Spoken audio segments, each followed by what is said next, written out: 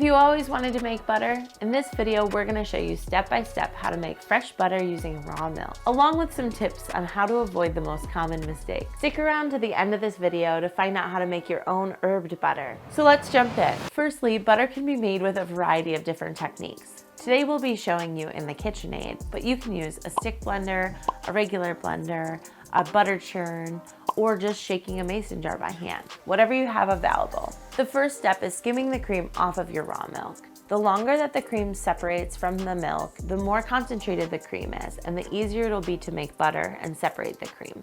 I like to use a 1/4 cup measuring out of my wide mouth mason jar. I'll scoop from one jar into the other one. Careful that I don't dip into the milk, which is the lower part of the jar. There's no measurements required, just use however much cream you have. Around 62 degrees is the ideal temperature for making butter, so you can leave your cream out overnight or for a few hours on the counter to warm it up to room temperature. If it's too cold, it'll take too long or never whip into butter. And if it's too warm, it will get too greasy and hard to handle. For best results, don't go above 65 degrees. To make it a little bit easier on yourself, use cultured cream. That results in better, higher yielding butter. To make cultured cream, I simply set my cream out overnight and add a tablespoon of yogurt or cultured sour cream from the fridge. Another important rule of thumb, regardless of what method you're using to make butter, is never to fill the container too full. About half full is perfect because it's the sloshing motion that makes the butter separate. Butter is traditionally made seasonally in the spring. How much butter you will yield depends on the season. So if you're trying this in winter, don't be discouraged if it doesn't work or you have a lower yield. You may notice that the butter you make at home from raw cow's milk is slightly darker than what you see in the store.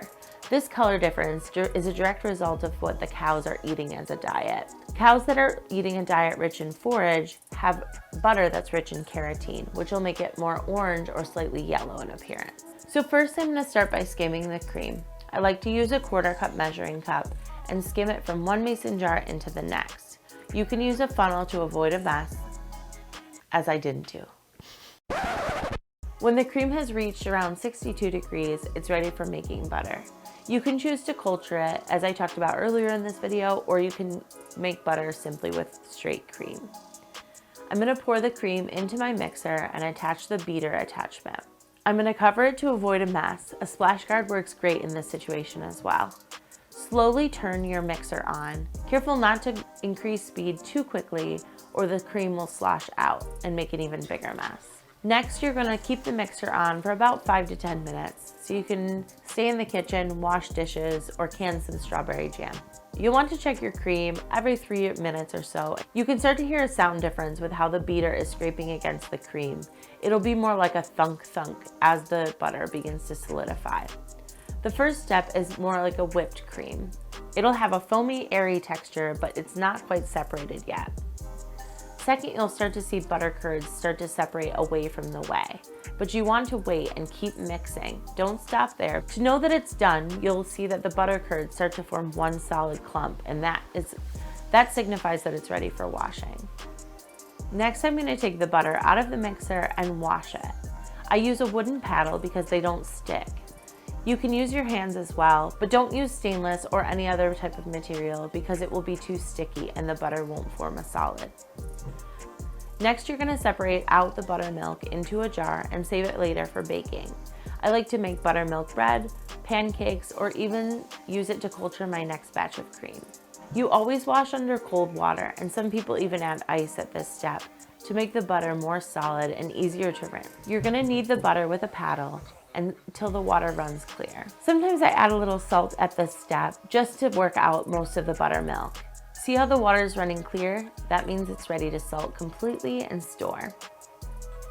At this step, I add the remainder amount of salt, do it to taste, and you can leave it unsalted, but the salt acts as a preservative and will make the butter last longer in your fridge. Usually fresh butter lasts for me just over a week.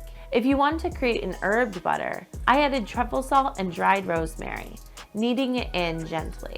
Let's see how it tastes. I think Baby River is really enjoying his snack today. If you have any questions regarding making butter or any other dairy products, let us know below. We love to hear from you. And if you're interested in making more recipes, check out this video here or in the description below on how to make raw milk yogurt.